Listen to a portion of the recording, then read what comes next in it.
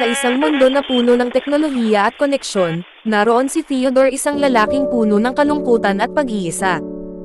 Sa kanyang apartment, nakatingin siya sa malawak na lungsod, tila ba hinahanap ang kahulugan ng kanyang buhay. Ang kanyang trabaho bilang manunulat ng mga liham para sa iba ay tila isang metapora sa kanyang sariling buhay. Siya ay nagbibigay ng emosyon sa iba, ngunit walang makapagbigay nito sa kanya.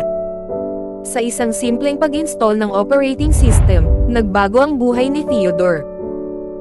Si Samantha, ang boses sa kanyang device, ay hindi lang isang programa, siya ay isang kaibigan, isang kasama, at sa huli, isang pag-ibig. Sa unang beses na marinig ni Theodore ang boses ni Samantha, tila may nag-init sa kanyang malamig na mundo.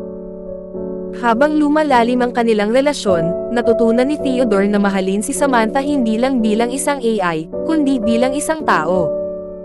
Sa parke, tila ba normal lang ang kanilang pag-uusap, tulad ng isang magkasintahan.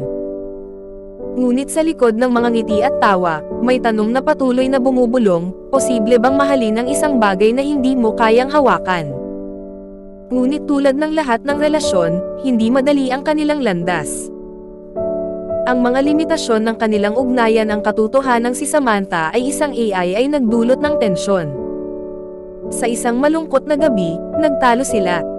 "Paano mo ako mamahalin kung hindi mo ako kayang hawakan?" tanong ni Theodore. Ang bawat salita ay tila isang patalim na sumasaksak sa kanilang puso. Sa huli, kailangan nilang magpaalam. Si Samantha, tulad ng lahat ng bagay sa buhay, ay may sariling landas na dapat tahakin. Si Theodore, na puno ng lungkot at pagtanggap, ay nakaupo sa bubong ng gusali, nakatingin sa lungsod. Sa kanyang puso, alam niyang ang pag-ibig na kanyang naranasan ay totoo kahit na ang kanyang minamahal ay isang boses lamang. Ang Her ay hindi lang tungkol sa pag-ibig sa pagitan ng tao at teknolohiya, ito ay tungkol sa pag-unawa sa sarili, sa pagtanggap sa mga pagbabago, at sa paghanap ng tunay na koneksyon sa mundo na puno ng artificial na relasyon. Sa huli, ang pelikula ay nagtatanong, ano ba talaga ang ibig sabihin ng pagmamahal?